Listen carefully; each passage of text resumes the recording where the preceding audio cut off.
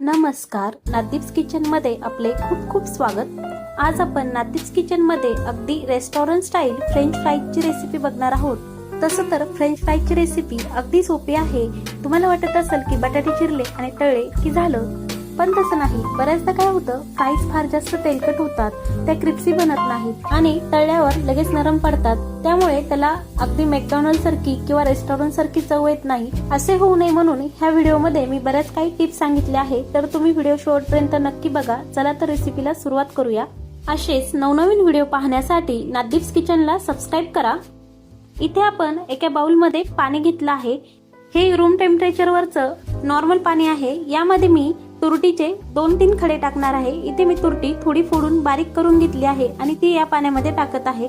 हे पाणी आपल्याला तुरटी टाकून एक 10 मिनिटं साईडला ठेवायचं। जोपर्यंत आपण बटाट्याच्या स्लाइस बनवून घेतो तोपर्यंत ही तुरटी पाण्यामध्ये व्यवस्थित विरघळेल। आता आपण इथे बटाटे घेतले आहेत। तुम्हाला मी बटाटे दाखवत आहे। फ्रेंच फ्राईज बनवण्यासाठी आपल्याला असे मोठे बटाटे घ्यायचे आहे। त्याला पहाडी आलू किंवा बाजारात मिळणारे मोठे बटाटे घ्यायचे, त्यामध्ये स्टार्च कमी असतो। छोटे बटाटे जर आपण घेतले तर त्यामध्ये स्टार्च जास्त असतो। हे बटाटे मी धुवून घेतलेले आहेत। आता ह्या बटाट्याची मी साल काढून घेत आहे। इथे आपण पातळ सालीचेच मोठे बटाटे वापरलेले आहेत। इथे आपली दोन्ही बटाट्याची साल काढून झालेली आहे। आता या बटाट्याच्या मी स्लाइस पाडून घेणार आहे। त्यासाठी मी इथे फ्रेंच फ्राईज कटरचा वापर करत आहे आणि यामध्ये हे बटाटे ठेवून त्याचे फ्राईज बनवून घेणार आहे। यामध्ये अशा प्रकारे बटाटे ठेवून वरतून आपल्याला ही मशीन प्रेस करायची आहे आणि त्याच्या स्लाइस पडतील। तुम्ही पाहू शकता इथे बटाट्याच्या स्लाइस पडत आहेत। ह्या फ्रेंच फ्राईज कटरच्या सहाय्याने आपण व्यवस्थित आकारामध्ये ह्या फ्राईज कट करून घेतल्या आहेत। तुम्ही पाहू शकता इथे अगदी परफेक्ट शेप मध्ये ह्या स्लाइस कट झालेल्या आहेत। आता ह्या सगळ्या स्लाइस मी आधी जे तुरटीचं पाणी बनवलं होतं त्यामध्ये टाकत आहे। तुरटीच्या पाण्यामुळे बटाट्याची स्टार्च कमी होतील, तसेच स्लाइस काळ्या पडणार नाहीत।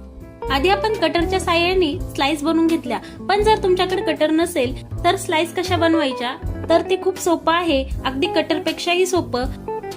बटाट्याचा दोन्ही बाजूचा भाग थोडासा कापून घेऊन बटाटे चिरून घ्यायचे। मी तुम्हाला व्हिडिओमध्ये दाखवत आहे। याच आकारामध्ये आपल्याला बटाटे कापून घ्यायचे आहे। बटाट्याच्या स्लाइस करून घ्यायच्या, पण त्या फार जास्त पातळ किंवा जाड करायच्या नाही। जर पातळ केल्या तर अगदीच त्या कडक होतील आणि जाड केल्या तर जास्त काही नाही, पण तळायला जास्त वेळ लागेल। त्यामुळे अगदी याच पद्धतीने स्लाइस करायच्या। मी तुम्हाला दाखवत आहे। या अगदी परफेक्ट अशा स्लाइस आहेत आणि सुरीच्या साहाय्याने अगदी व्यवस्थित त्या होतात। इथे मी संपूर्ण बटाट्याच्या स्लाइस करून घेतल्या आहे। ह्या पण आपण तुरटीच्या पाण्यात टाकूया। तुरटीच्या पाण्यात टाकल्यानंतर 15 मिनिटं त्याच पाण्यात ठेवायच्या आणि नंतर 2 पाण्याने स्वच्छ धुवून घ्यायच्या। इथे मी कढईमध्ये पाणी उकळायला ठेवलं आहे। स्लाइस उकळण्यासाठी आपण थोडी मोठी कढई घ्यायची, म्हणजे त्या व्यवस्थित उकळल्या जातील। यामध्ये अगदी चवीनुसार अर्धा चमचा मी मीठ टाकत आहे। यावर झाकण ठेवून आपण या पाण्याला एक उकळी काढून घेऊया। पाण्याला उकळी आली की आपण त्यामध्ये स्लाइस टाकणार आहोत। पाण्याला चांगली उकळी आली आहे। यामध्ये आता आपण स्लाइस टाकूया। उकळत्या पाण्यामध्येच आपल्याला हे स्लाइस टाकायचे आहेत। पाण्यामध्ये बटाट्याच्या स्लाइस टाकल्यावर थोड्या वेळ त्या हलवत राहायच्या, म्हणजे स्लाइस सगळ्या अंगाने व्यवस्थित वाफळल्या जातील।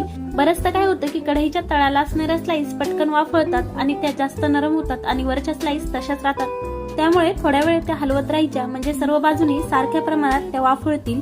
बटाटा स्लाइस टाकल्यानंतर पाण्याचं टेम्परेचर कमी झालं होतं, पण याला आता परत उकळी आली। तुम्ही पाहू शकता यावर फेस आलेला आहे। हा फेस कशाचा, तर बटाट्यातील स्टार्च, त्यामुळे हा फेस येतो। उकळीच्या पाण्यामध्ये आपल्याला हे 5 मिनिटं वाफळून घ्यायचे आहे। हे आपल्याला फार जास्त शिजवायचे नाही, फक्त 60 ते 70% किंवा 80% हे शिजले पाहिजे। आपल्याला हवे तसे ते वाफळले आहेत हे पाहण्यासाठी तुम्ही एक स्लाइस तोडून बघू शकता किंवा याचा रंग चेंज होत आहे। तुम्ही पाहू शकता यामध्ये काही पिवळे दिसत आहेत आणि काही असे पांढरे दिसत आहेत। जे पांढरे दिसत आहेत ते तुम्ही प्लेटमध्ये आधी काढून घ्या आणि नंतर बाकीचे स्लाइस काढायचे आहेत।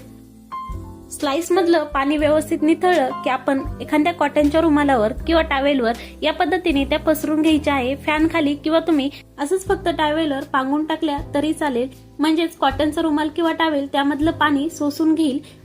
ह्या स्लाइस तुम्हाला अशाच अर्धा ते 1 तास हवेला सुकत ठेवायच्या आहेत। जर तुम्ही त्या फॅन खाली ठेवल्या तर अर्धा तास पुरेसा आहे आणि याला थोडंसं कॉटनच्या कपड्याने किंवा एखाद्या टिश्यू पेपरने त्या कोरड्या करून घ्यायच्या आहेत। 1 तासभर सुकून आपण त्या कोरड्या करून घेतल्या आहे। आता मी त्या प्लेटमध्ये काढत आहे। प्लेटमध्ये काढल्यानंतर आपण त्यामध्ये कॉर्नफ्लॉवर टाकणार आहोत।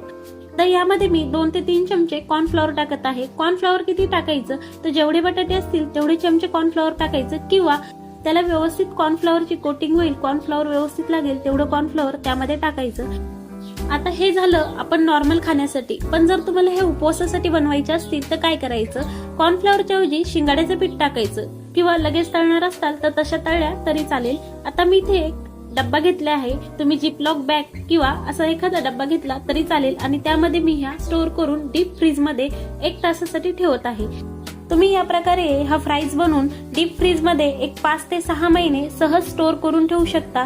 अशा एखाद्या सेल पॅक डब्यामध्ये किंवा जिपलॉक बॅग असतात त्यामध्ये डिव्हाइड करून डीप फ्रीजर मध्ये ठेवू शकता. आपण रेस्टॉरंट मध्ये जातो त्यावेळेस त्यांनी असंच केलेलं असतं, आणि आपण ऑर्डर केली की ते फ्राय करून देतात. ह्या मी 1 तासभर डीप फ्रीज मध्ये ठेवल्या होत्या. आता आपण लगेच ह्या फ्राय करायला घेऊया. फ्राय करण्याआधी तेलाचं आपण टेम्परेचर बघूया.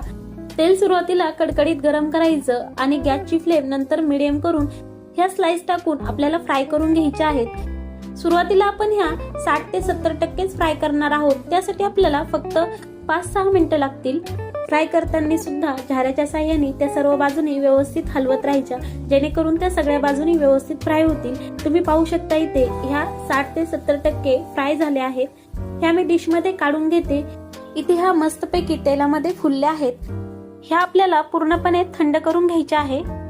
स्लाइस थंड झाल्यानंतर पुन्हा एकदा गॅस सुरू करून आपल्याला त्या परत एकदा तळून घ्यायच्या आहेत. दुसऱ्यांदा तळताना ह्या गॅसची फ्लेम हाय करून हाय हीट वर तळायच्या, त्यामुळे त्या छान अशा क्रिस्पी होतील आणि खायला अगदी कुरकुरीत लागतील.